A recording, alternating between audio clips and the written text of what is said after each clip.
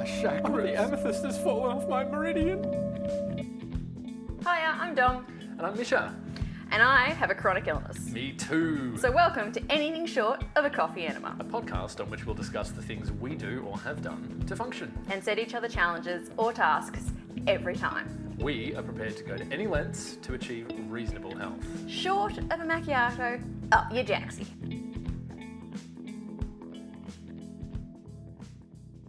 So my review this week is going to be a non-fiction book called The Brain That Changes Itself by Dr. Norman Doidge. It does sound like the kind of book that you just can't put down, that kind of read. Well, that was being facetious, listeners. In a way, and it's the strength and it's a weakness of it as well, I think. But the basic idea is, for a very long time, the received wisdom, and certainly the lay wisdom, was you just get the brain that you have. Mm-hmm. So that has a lot of implications, like people are born with a certain sort of potential for intelligence, for example. They're born with certain cognitive talents and certain cognitive deficits. Also, on the very deep, dark end of the scale is you're born whether or not you kind of like children in a wrong way or not. Yeah, that absolutely. Kind of stuff. It was always accepted that was just how you were born. Yeah, another possibility. And then the other end of the scale is acquired injuries or certain things that then happen to your brain at a later stage are thought to have been as kind of immutable, right? So you have a stroke and certain bits of your brain are affected. The thought was, well, that's it. You know, that's How long just ago going to was stay this that way thought? forever. That's not the thought I've ever had about it, but that's all right. No, right, but I mean, I'm just saying, I had not given any of this very much thought, I have to say, before I read The Brain That Changes Itself, but Doidge at least seems to suggest that this was, say, a medical idea, that it's like you're not really coming back from that kind of stuff. From vegetable. You are vegetable, you will stay vegetable. Pretty much, yeah. Absolutely. So what... The poor guy must have been bullied so much with a name like Doidge. Continue on. I can't imagine that it would have been pleasant. It is the kind of thing that maybe would make you, say, shun the society of your peers, study really hard and go on to do medicine, maybe. It's a possibility. Not the kind of medicine where you're working with people every day, but looking at brains or looking at something through a microscope, yes. Exactly.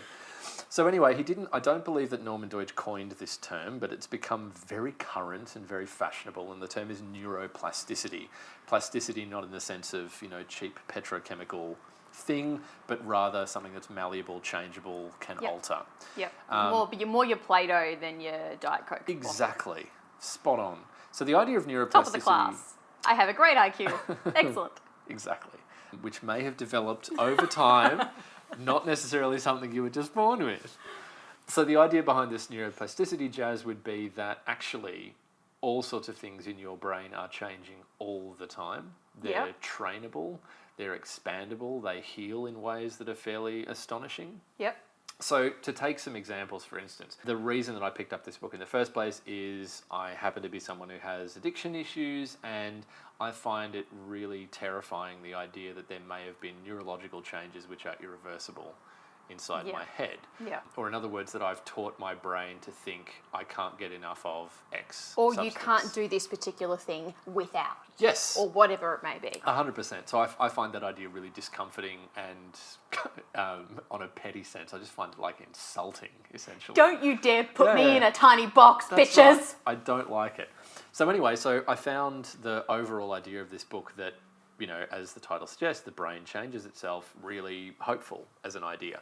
He doesn't talk an awful lot about addiction, but what he does say is that when we're talking about addiction, the brain does change in some pretty substantial ways, like duh. Well, also, the more patterns you repeat, the stronger that pathway becomes. Yeah, that's the bugger of it. But then again, like as he says, there's absolutely, given that that's the case, there's no reason to suggest that the reverse may not be true. Is not also true. So if you're used to walking down the chocolate and lollies aisle in the supermarket and picking up a block of chocolate, you can also create a new habit or a new pattern of walking down there and going, you're fantastic, you're not picking up anything. You're fantastic, you're not picking up anything. Absolutely. And you get to the end, you have a party, people look at you strange, and you do that every single time you're in the grocery store, and soon you never pick up a block of chocolate. Yep. Yeah, for sure. Is that what we're talking about here? Yeah, chocolate? yeah, pretty much. And I mean, let's be, it's easy to kind of make a joke about that, but I mean, it's legit when you talk about things, especially like sugar and indeed eating more generally. It's a mood altering, also it's a hormone self-rewarding. Self-rewarding, 100%, and that's just as people are just as prone to addictive tendencies in those areas as anything else. So it's 100%. A very, very apt analogy. So Doidge takes you through. It's like a kind of layperson's quick tour of this area of science, a relatively young one. Mm. And it's a kind Quick of... in how many pages are we talking? Like we're talking 230, 240. That is quick. I expected it to be like 500. No. 600. And Okay. very, very readable. I guess I have two issues with it. One is, I don't know if you ever encountered, but my mum was a huge fan of them books called Chicken Soup for the Soul. No, that's not the kind of thing my family holds by. They're these collections of like hyper feel-good stories, essentially. Sounds like, yeah. Doidge has got a little bit of a Chicken Soup for the Soul tendency in that he picks out, like, obviously as you would, the best possible, most remarkable turnaround Examples. Story of Yeah. this person goes from catastrophic brain injury to... You know, I think that actually just make me feel a bit like an underachiever. There's a little bit of that sense, and there's also like, I couldn't get away, maybe I'm just, pessimistic by nature, but I couldn't get away from feeling through a lot of this book. It's like, for each one of these unbelievably happy stories, there must How be many hundreds of thousands. a family's completely torn apart? Exactly. So there's like, here are the good things about it. I think it's really worthwhile to change. I think it's a bad thing to just assume that people are kind of born with certain cognitive wiring and that's it. Yeah. And I think it's a bad thing. Just putting people in a box generally and like locking them in there is always a bad thing. Yeah. And there's certainly... Physically and metaphorically. Yeah, absolutely. And it's my anecdotal experience in the kind of, support groups that I move in these days and in the work that I do, I see some pretty remarkable transformations on a kind of daily basis. Sure you do. Really, really, totally dramatic ones. So from that point of view, really good. It's a sort of move forward in terms of the way that people generally talk about brains. So there's another thing, and the thing that I found most useful about the book was that the brain, considered as collection of tissue, is just the most amazing multitasker ever. Yeah. Like livers do one thing, stomach linings do one thing. Doidge talks about, for example... The appendix does nothing. Yeah, that's right. So Doidge talks about the fact that someone who is born with or acquires an eye deficiency, which means that there's a fairly substantial chunk of brain tissue that isn't being used for vision, those parts will, to the best we can tell, just go, okay, more or less, not doing much here, so they become like auditory. Yeah. Or they begin processing. They go, we're reassigning ourselves. Yeah, in crazy ways. Yeah. And this can happen post-injury fairly far into a person's life, which is just really weird. And one of the great things about that is it really challenges this almost kind of phrenology approach to the brain, which is that region that does these three things, and that's it. That's all that it kind of does, which is a very uncomfortable and kind of limiting way to think about cognition, given that it's such a vast and remarkable thing. Also, there's a lot we still don't know about the brain, so Tons. why label it like that? Tons and tons and tons. If you don't know, don't label. Yeah. So that's, I mean, from that point of view, it's tremendous. I just wish it didn't try so hard with the feel-good stuff, although I want to be fair to Doidge. A little bit saccharine, or? Just a little bit, Yeah, but again, okay. it's just a little bit like too much. Yeah, I just can't ignore the sort of, there must be so many sad stories behind this. Is it that it's not treating story. like an adult and obviously not everything is going to work all the time, or is it just that he's trying too hard to make his point? I want to be fair to him and say, I reckon there's a really good chance it was a publisher dipping their oar in. Oh, okay, And yeah, going, yeah. all this Totally, stuff's getting eminently boring, possible. Norm. Can you put in some happy stories? Yeah. Like what happens when someone... Your reality and your words are all very good. Put something in that people can feel good about. Yeah. And then what I want to say next is his next book is The Brain That Heals Himself. And I haven't read that, but I'm gathering from the title that he's gone full Chicken Soup for the Soul on that one. Yeah. And it's just going to be full of remarkable turnaround stories, which, fabulous. Chicken soup can be great.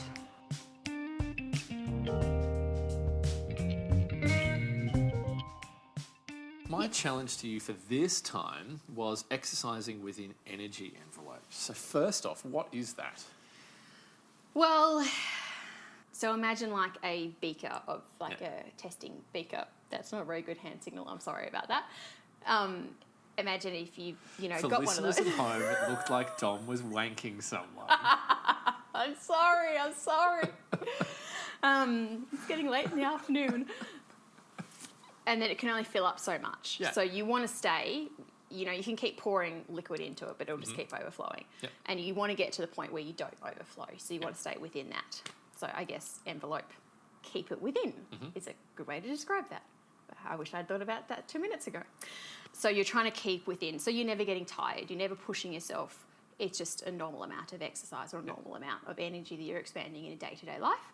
So I have a handy-dandy health professional called an exercise physiologist, who is like a personal trainer that has done medical degrees and whatnot. Yep.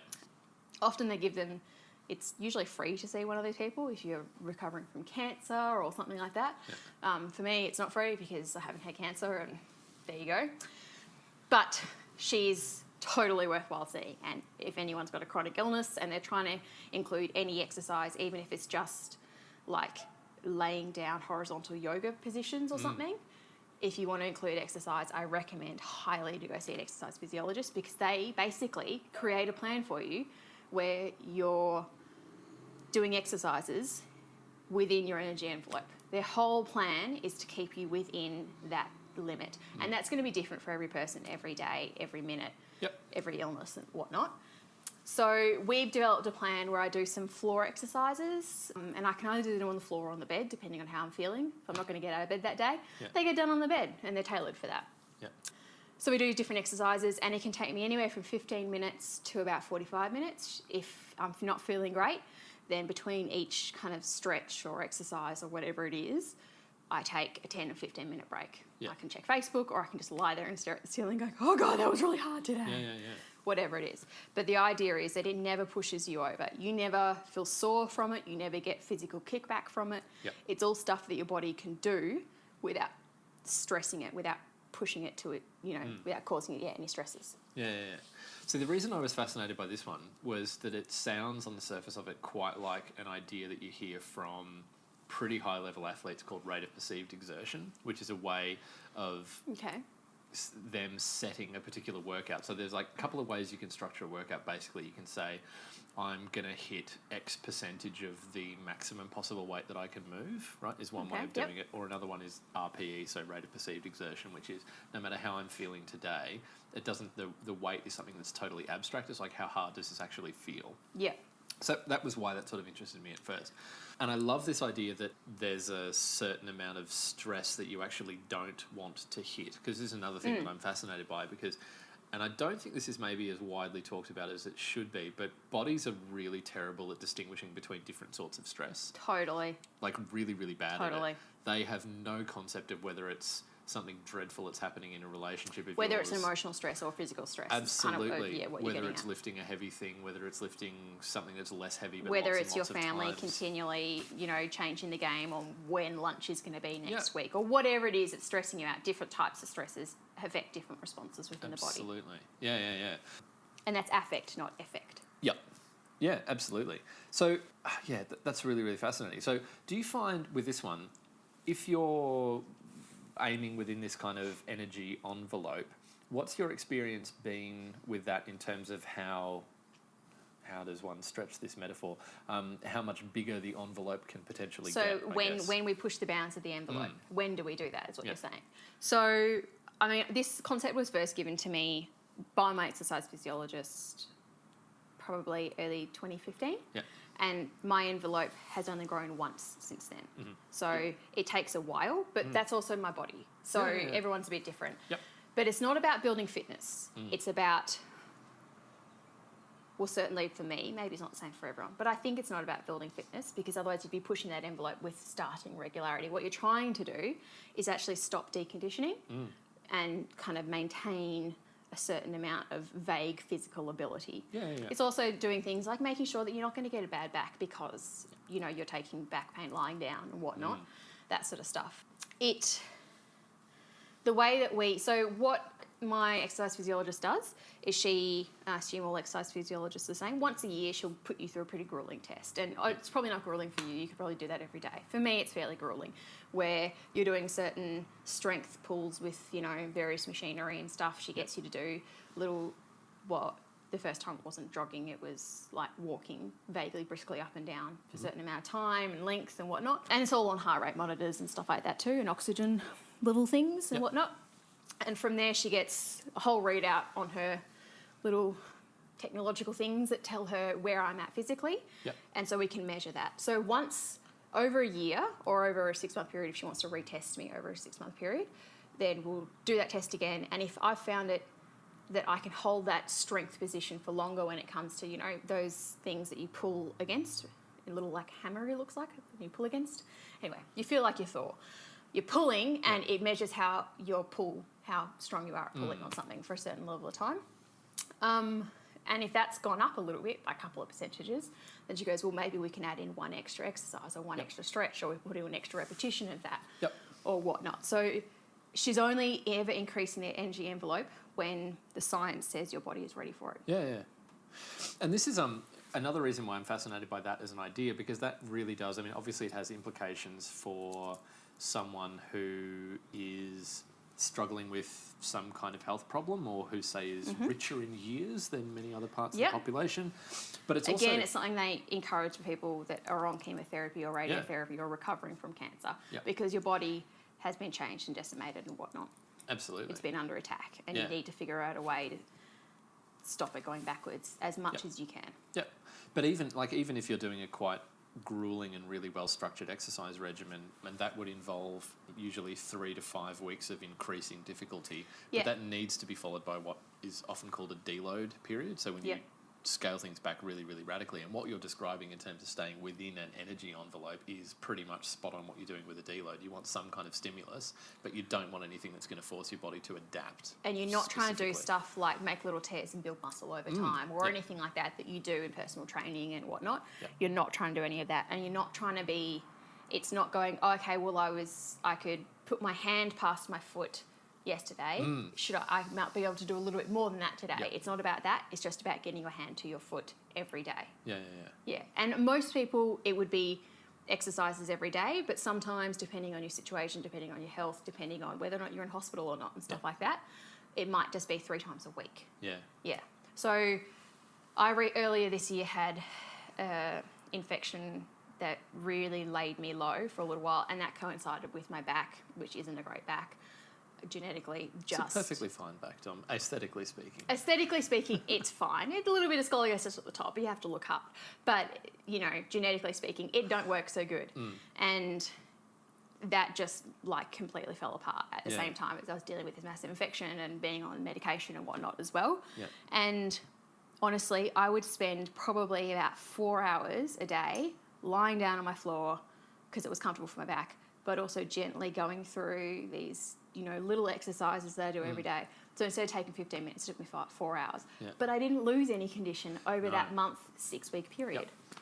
So it did what it was intended to do. Yeah, absolutely. And just quietly, like, if anyone's ever been to, like, if you've signed up for a gym, or if you've done personal training, or if you've done anything else, part of your screening process would have been recommending that you see someone like an exercise physiologist. Just talking hypothetically, this is something that almost nobody ever... There's not as many of them as there should be. There's a lot of the exercise physiologists I know of aren't seeing clients as an exercise physiologist. They're seeing clients as a Pilates instructor who happens to be an exercise physiologist. And whilst that's great for the person who's doing Pilates, and you're probably paying a little bit more to see that person, but you're getting a lot more out of it, it's not something that's available to go and get, you know, your exercise regime started. They're not going to sit there and do the tests on you and help you through and see you every 6 months or every 6 weeks or how long you need to see them. Yeah. But it's should you happen to find such a person, I reckon it might be a really decent idea. I just happen to be doing... Yeah, run, don't walk. They're super helpful. Yeah. I just happen to be doing like certificate 3 and 4 in fitness at the moment, and just quietly, like, the amount of brain power and actual knowledge that's required for someone to be a personal trainer is achievable by, like, you know, some significantly lower life forms. So yeah, I reckon some forms of mold can definitely do personal training. I'm with you on that. But yeah, make no mistake, exercise physiology, not a personal trainer. They're closer to a doctor or a physio, closer to a doctor than they are a personal trainer. They happen to work with you on a physical level, and a lot of the time it feels like you're at a personal trainer. You get to wear your nice Lululemon, you know, athletic gear when you go see them, which is always good, especially if you're not feeling so good, because then stretchy pants are always great. But yeah, not a personal trainer. Don't treat them like one. They are much more. They look really in depth in your body. They tailor not just a plan for you, but they will tailor a certain stretch or exercise. Okay, well, you're finding that particular thing hard, so let's just do it this halfway or that halfway instead. Yeah. Awesome. Amazing. Certainly helped me.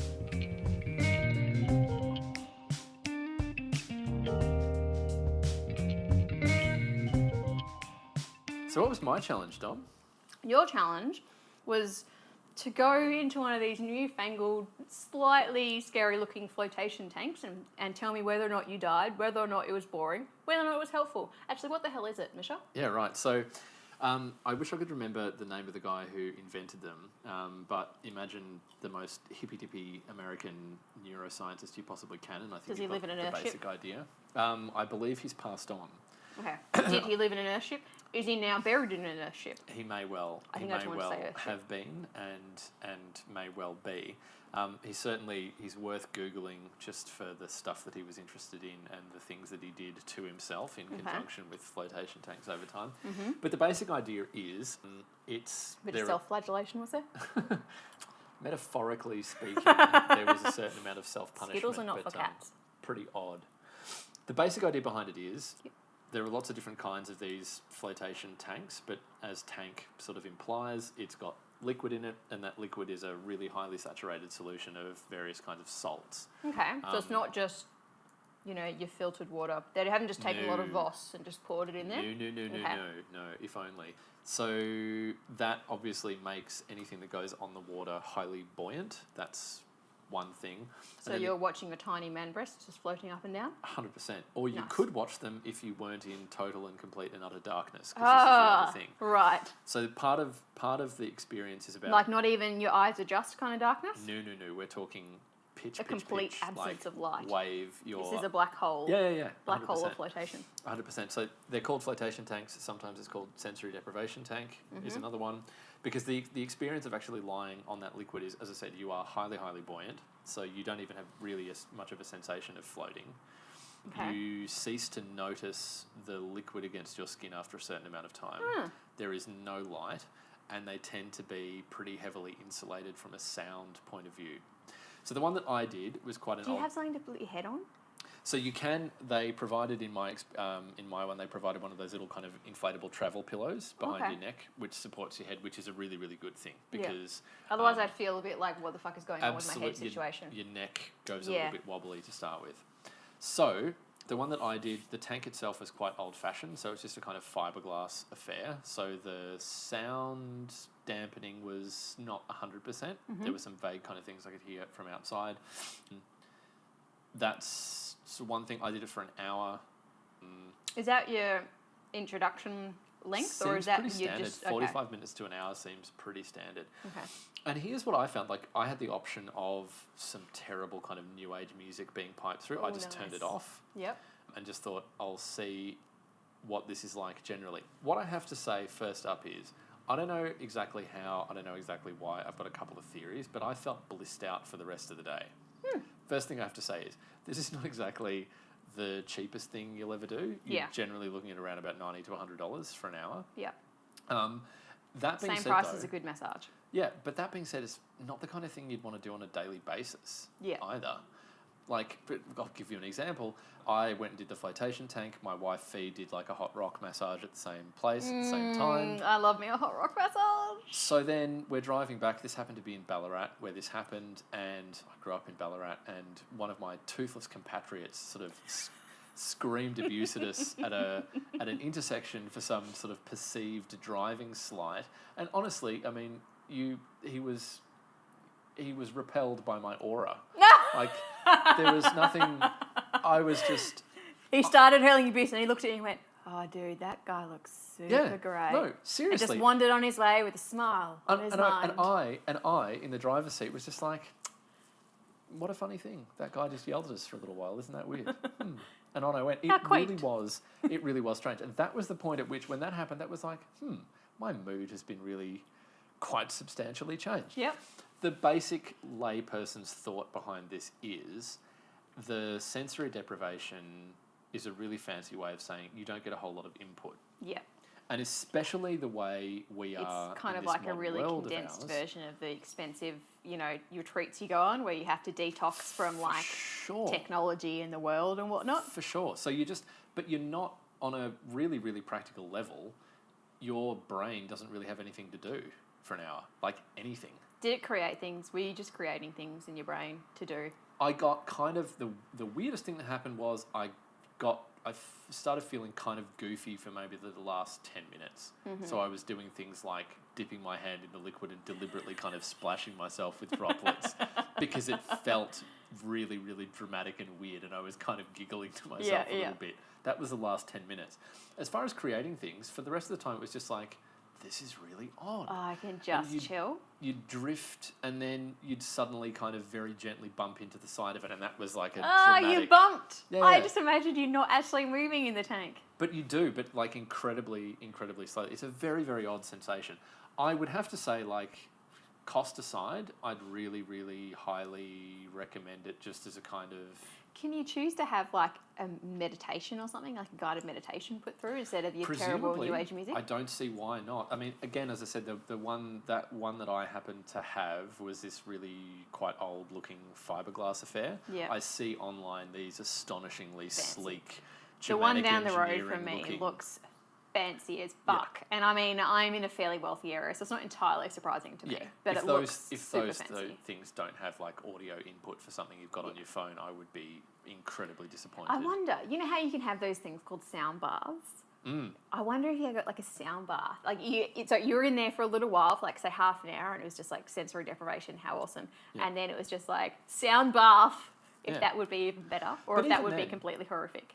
Yeah, I mean, possibly a little bit of both. The stories that one hears about the guy who actually invented this thing was that he would shoot up a great deal of ketamine and get in there and just like howl at the moon for quite some time. I imagine that would be.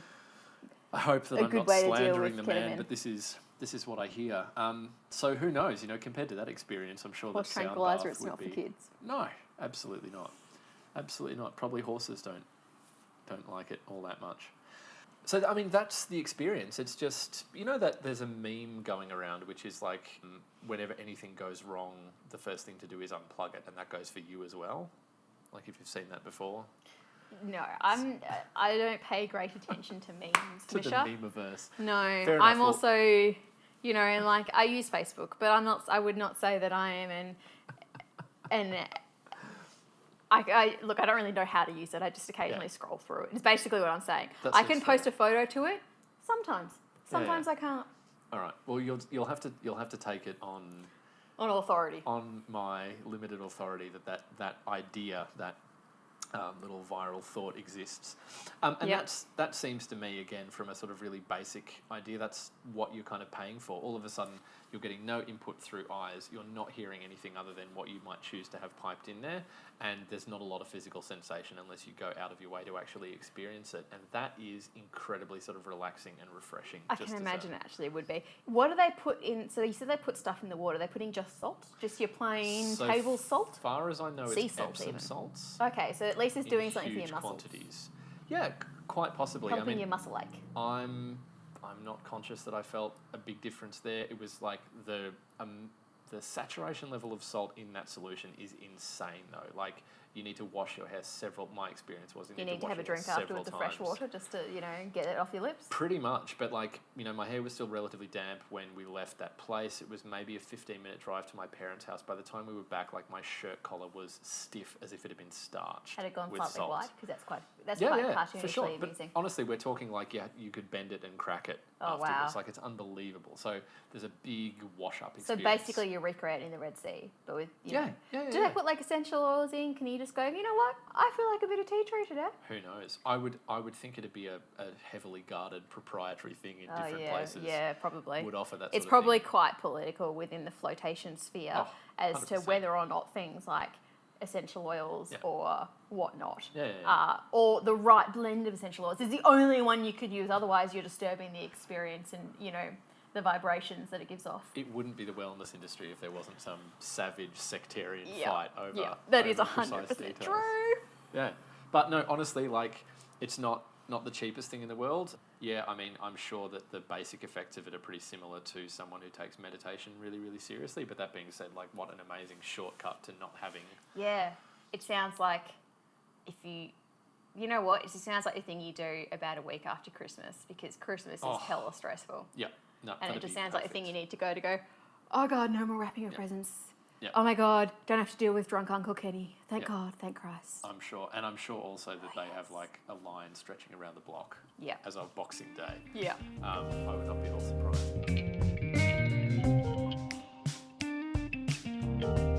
So Dom, I'm looking at our running sheet and I see these 4 strange letters, ASMR. Mm-hmm. What on earth? Why? So, Misha, I am a troubled sleeper. I don't know if it's because I'm a troubled soul or if it's just I'm a troubled sleeper. I've always found it really hard to switch off my brain and get to sleep. Mm-hmm. I used to, back in the day, listen to the audiobooks of Harry Potter, read by Stephen Fry, because he's got a lovely cadence to his voice. Yep. And because I know the book so well, I didn't actually have to listen to it, but I could switch in and listen instead of actually thinking. Do you know Stephen Fry has a lovely story about many, many people do that, and many children actually go to sleep with those books going? I can now not watch anything he's on because I start to, zone off and start to fall asleep. Yeah, apparently it's not infrequent for him to hear someone yelling at him across the street, "My children go to bed with you." Aw, isn't that sweet? Which is lovely. That kind of stopped working for me a little bit, in that I just learned how to switch off to it entirely and let my brain continue to make up its own little stories for a while. So I got into this thing I started to use this thing called ASMR, which is Autonomous Sensory Meridian Response, which is, did you ever have someone like, probably not you, but often when you're a child, someone will brush your hair or something, or draw little symbols on your back and stuff, and it feels really good, and it kind of gives you this slight tingly feeling in your scalp. I actually get it more on my legs and my arms. That tingly feeling is ASMR. Yeah. I don't know why you would think that, probably not you. I like the way you said that as well. You kind of looked at me in a hesitant way. Yeah, probably not you. This isn't a boys don't get tickled. No one would have wanted to touch you. I didn't mean, sorry, I just said this isn't a boys don't get tickled. I didn't mean like that. So it was a gender thing. Oh, I get it. No, I was trying to say it wasn't a gender thing. This isn't about boys not getting ASMR or being, having their head scratched. It especially gives me from Ballarat. It's just all sorts of wrong. But I just meant you. I'm not sure anybody scratched your head in a slightly loving, yet not too loving way. I have in fact had this experience. I do know what you're talking about. Right. But thank you for assuming that I had a loveless, affection-free life. Anyway, so I've been getting into this, and it's meant to give you tingles, but it's also meant to relax you to a deep, nice, sleepy level. Yeah. So I've been opening up my YouTube on my iPad every night, putting in my little earbuds and bringing up an ASMR, and there's lots of videos on, if you don't know what it is that works for you in terms of, because everyone's quite different in what they respond to, what sounds or movements or whatnot.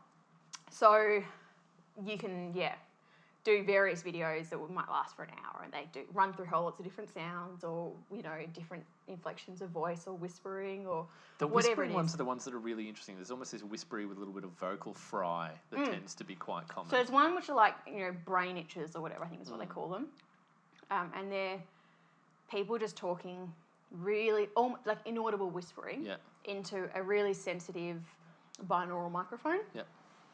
They don't really get me off because I'm sitting there going, what did you say? I don't have great hearing in one ear all the time anyway. And what did you say? I didn't hear you. Speak up, goddammit. That's kind of my attitude, which isn't where you want to go when you're trying to sleep. The cat gets scared, it's a thing. With scratch marks. So I kind of found that I really like paper being scrunched or cut up. The sound of scissors cutting hair. Oh, it's so good. Wow. But I also really, really I don't really get ASMR from it, but I don't really get tingles, but I do get deeply relaxed by the sound of makeup brushes on the lens of a camera being brushed. Uh-huh. But then through that, I actually found also really role plays where somebody is being really kind to you. Yeah. Actually, the kindness is what I find gives me the ASMR, gives me the tingles or whatever. And I might watch a 15-minute one or a 10-minute one or a 40-minute one, depending on how active my brain is. But inevitably, sometimes I'll start to fall asleep. Usually I'll be able to turn it off. Yeah. and quickly hide the earbuds so the cat doesn't eat them in the middle of the night. And then I'll fall asleep like a little baby. It's great. Wow. I am really delving deep and loving it. Yeah. That's really interesting.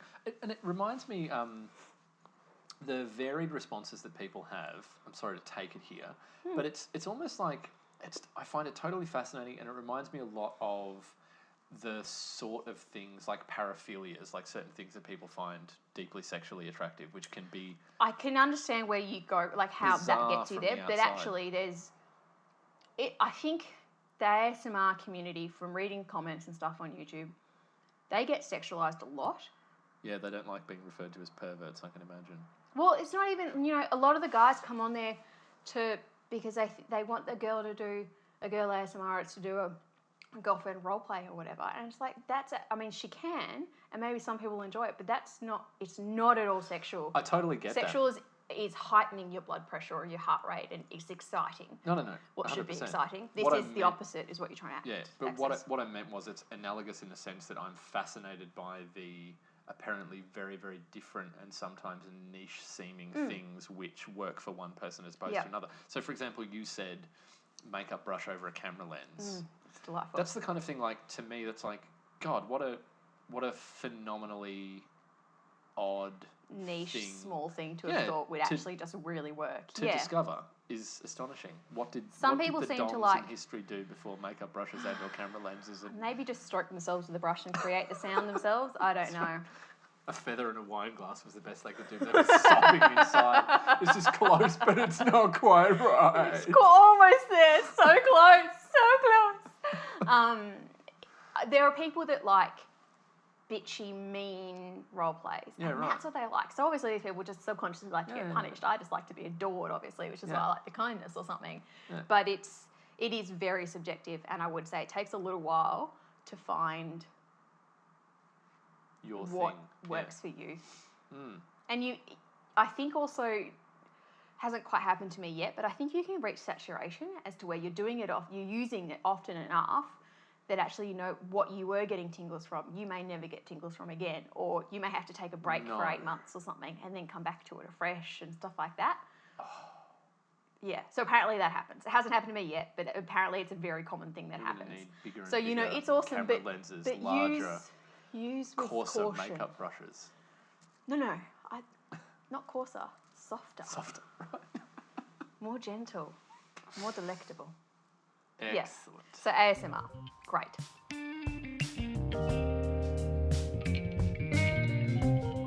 Thank you, dear listener, for listening. A few words in these litigious times before I tell you how you can get in touch. Anything short of a coffee enema is not intended to be and should not be used as a substitute for advice from medical and psychological professionals. If you want to get in touch with us, and we would love to hear from you, you can email us at anythingshortpod@gmail.com. We gratefully accept suggestions for future challenges and books and other products to review. Or you can heap upon us criticism and abuse. If you wish to heap abuse but find yourself short on time, we recommend Twitter and Instagram, where we go by @shortofapod. If you like what you've heard, on the other hand, leave us a rating and a review on iTunes. Tweet about us, or, like the common cold or herpes simplex, spread us by using your mouth.